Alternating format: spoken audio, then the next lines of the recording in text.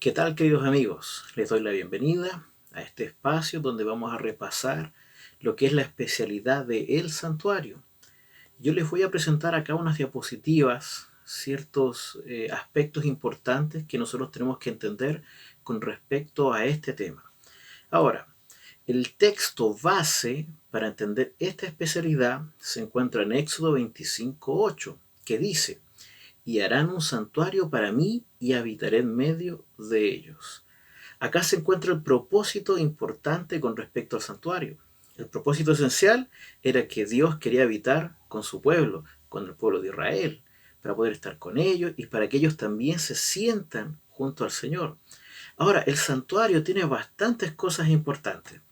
Mire, acá aparece un término muy importante que se llama el tabernáculo, que en hebreo es Mishkan, que significa morada, ¿no? Igual como decía el texto anterior. Esto fue construido por los israelitas en el desierto durante el éxodo de Egipto, ¿verdad? Y también fue utilizado como un lugar de adoración donde todos iban para poder adorar al Señor. Y también era un lugar donde se realizaban sacrificios, ¿ya? En realidad la Biblia menciona que había varios tipos de sacrificios, pero en otras palabras se sacrificaban animales con el fin de perdonar los pecados de las personas.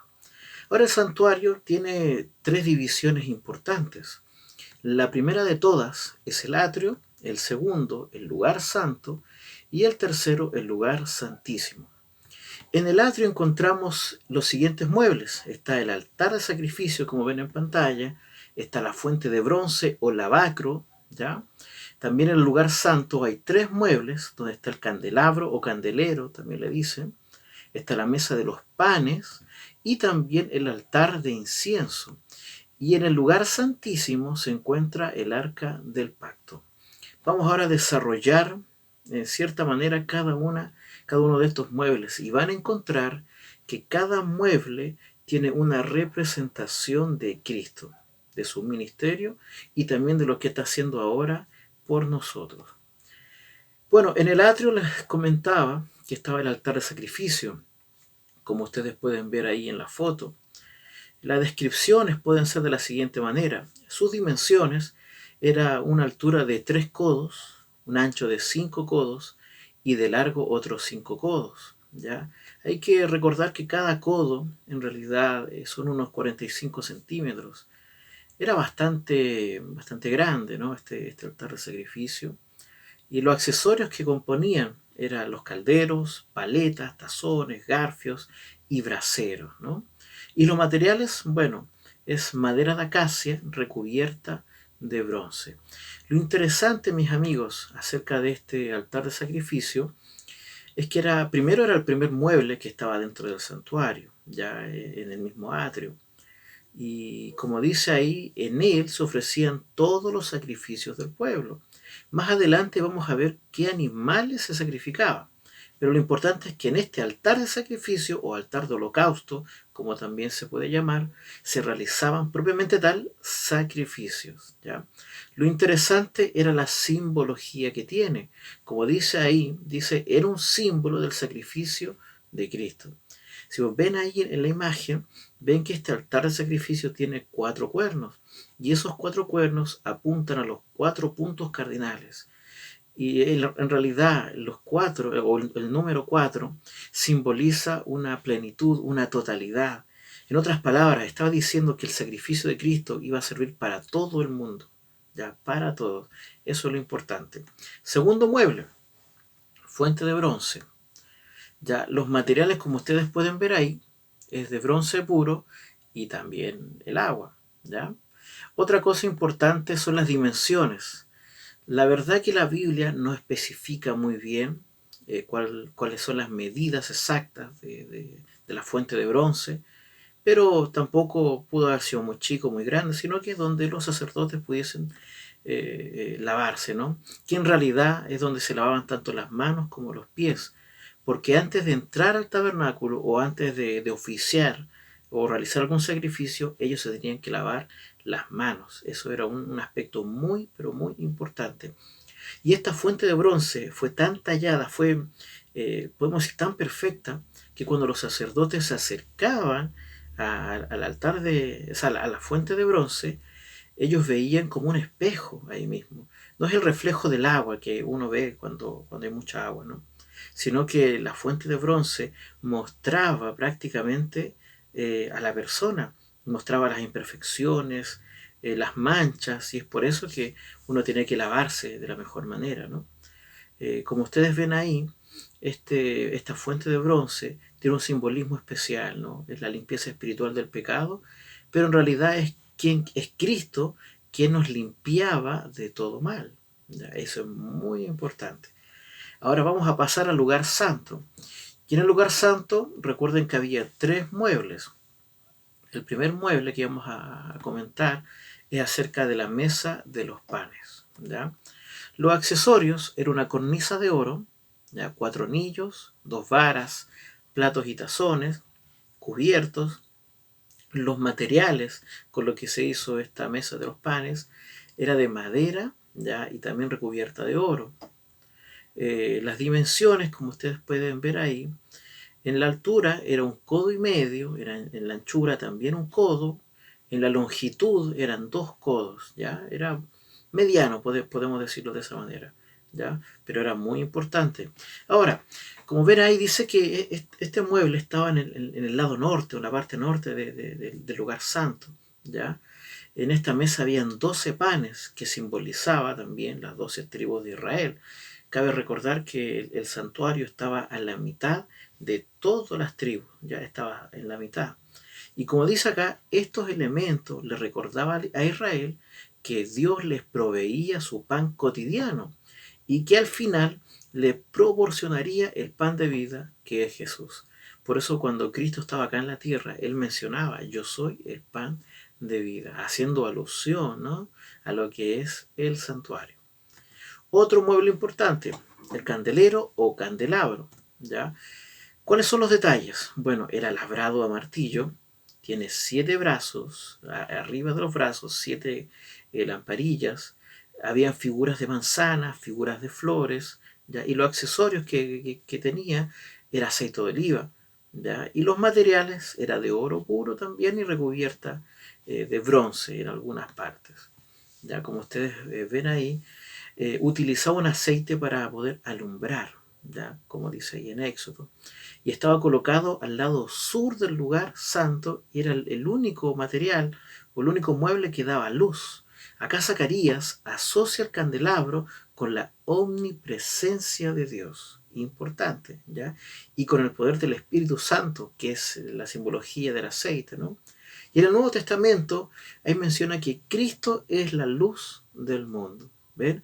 Otra alusión, por eso yo les mencionaba, en cada mueble del santuario hay un simbolismo de Jesús. ¿Ya? Ahora, otro mueble que está también en el lugar santo es el altar de incienso. ¿Ya? Materiales, está hecho de madera de acacia, recubierta de oro, tiene 4 anillos, tiene 2 varas, y las dimensiones era una altura de 2 codos, de ancho 1 codo y de longitud otro codo, ya medianamente, ¿no? Era mediano.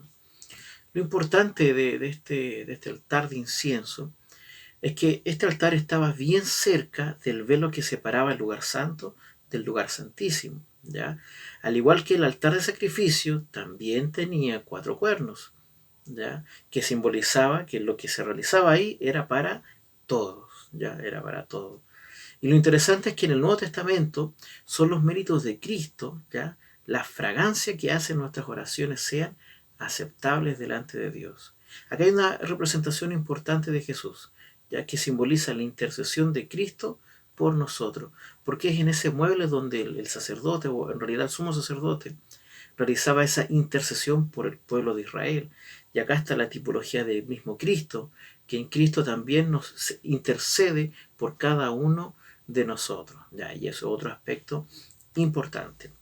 Ahora, dentro del lugar santísimo solamente hay un mueble, pero es el mueble más importante, podemos decir. ¿Cuáles son las dimensiones? ¿Ya? Hay una altura de 1,5 codos, un ancho de otro codo y medio, una longitud de 2,5 codos, que podemos decir que también es mediano. Los accesorios, bueno, lo que contenía dentro, ¿no? Estaban las tablas de la ley o 10 mandamientos, ¿no? La vasija con el maná y la vara de Aarón.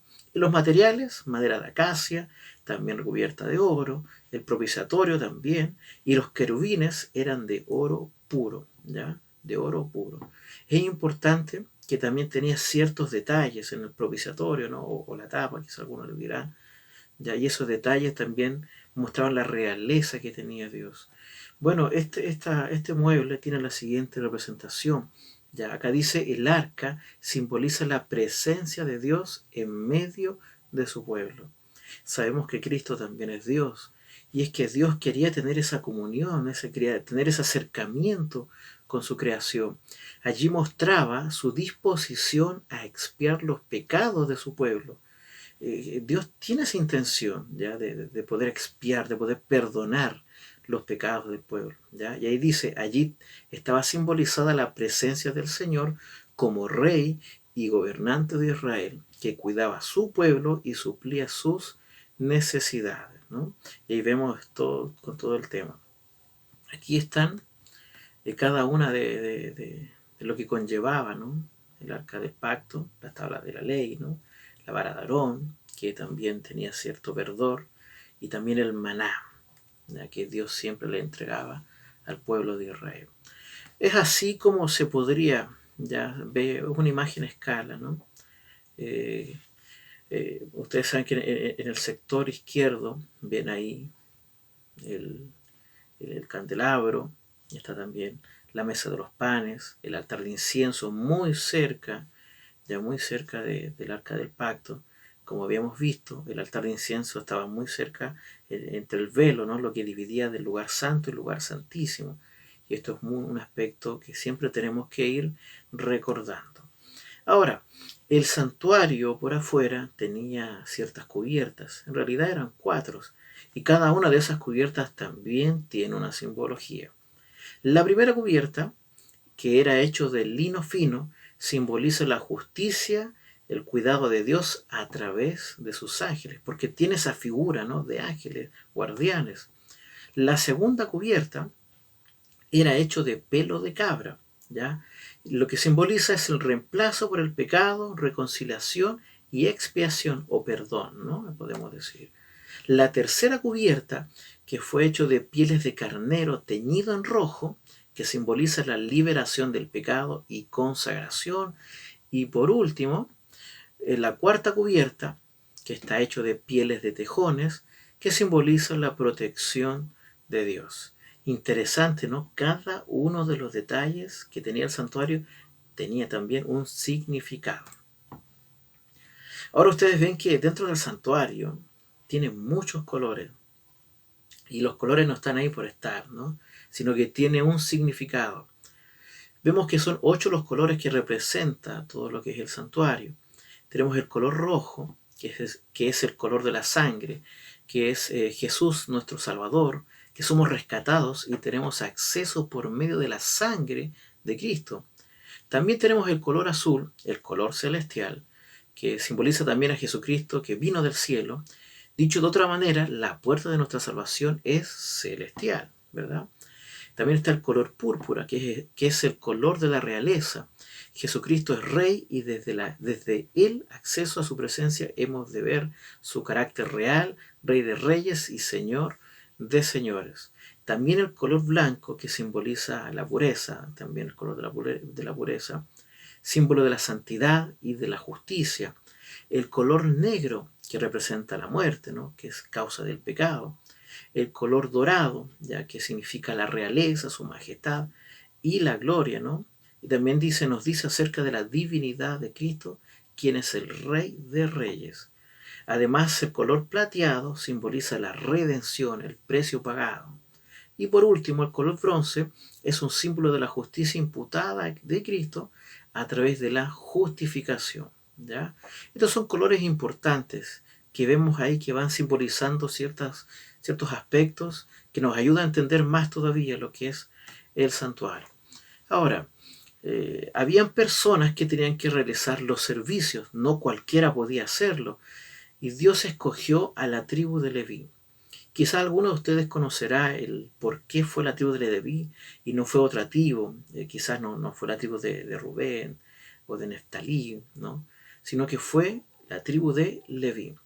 Y es interesante que cuando Moisés fue a buscar las tablas de la ley, ¿no? Los 10 mandamientos, y él no estuvo por mucho tiempo, el pueblo que estaba acostumbrado a la adoración egipcia, donde los egipcios adoraban a muchos dioses y dioses tallados de oro, quizás de otros metales, pero ellos estaban tan acostumbrados a eso que pensaron que Moisés había muerto o que no iba a llegar o se iba a demorar mucho.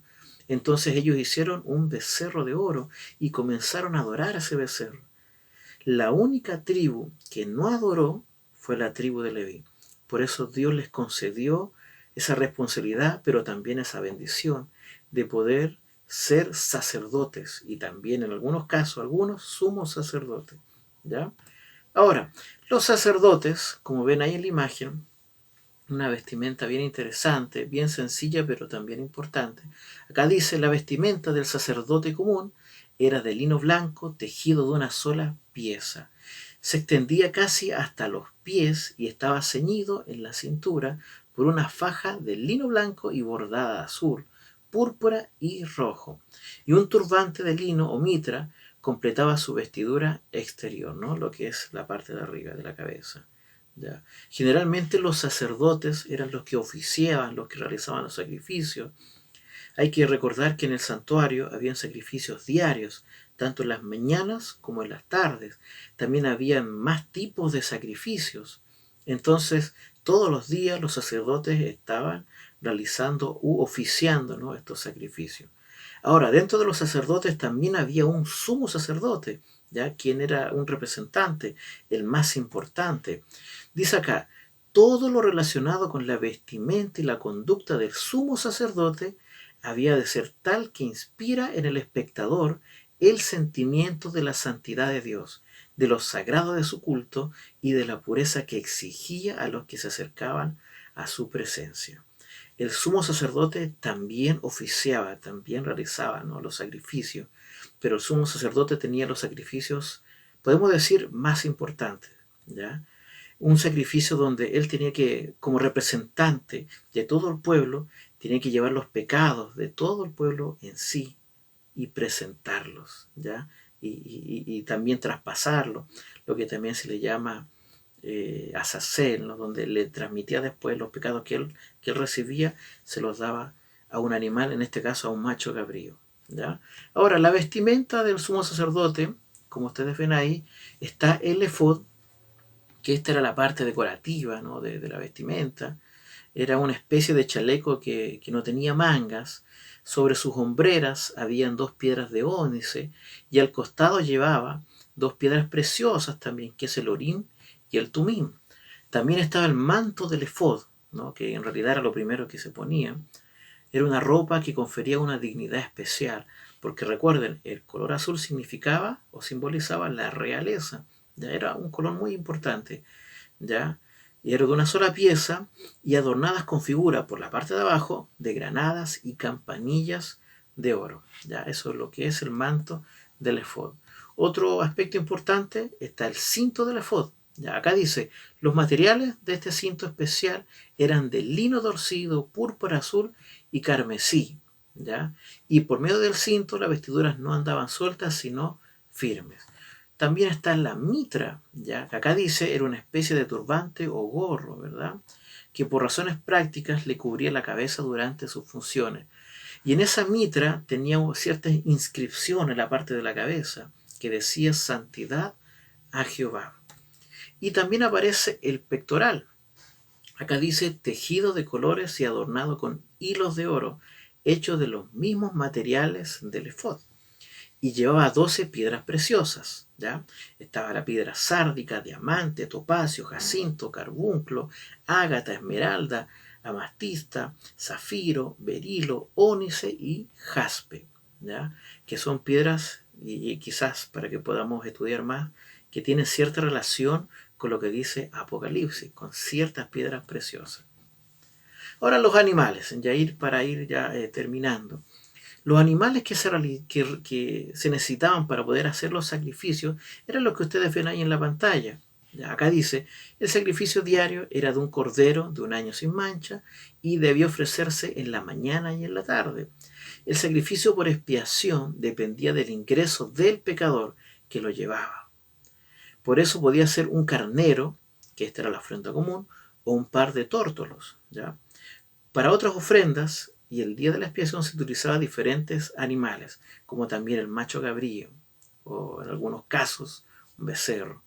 Entonces, mis amigos, mis queridos conquistadores, estos eran los animales que se utilizaban para realizar los sacrificios. Y siempre recordando, todos los días había sacrificios, porque todos los días las personas también se equivocaban, pecaban, pero para poder tener ese perdón se necesitaba realizar ese sacrificio. Queridos conquistadores, la invitación que en esta ocasión esta especialidad nos hace es que podamos estudiar un poco más acerca de este tema. Nosotros vimos ahora solamente la base, lo básico que tenemos que saber con respecto al santuario, pero hay algo mucho más allá, que en realidad el santuario es el plan de salvación que Dios nos mostró y que hoy en día estamos viendo, y que Dios, y en este caso Jesús, es nuestro sumo sacerdote, quien está intercediendo ahora por nosotros, intercediendo por ti. ¿Y por qué lo hace? Porque te ama. Querido conquistador, este es el momento de poder acercarnos más al Señor y seguir sus pasos. Que el Señor te bendiga.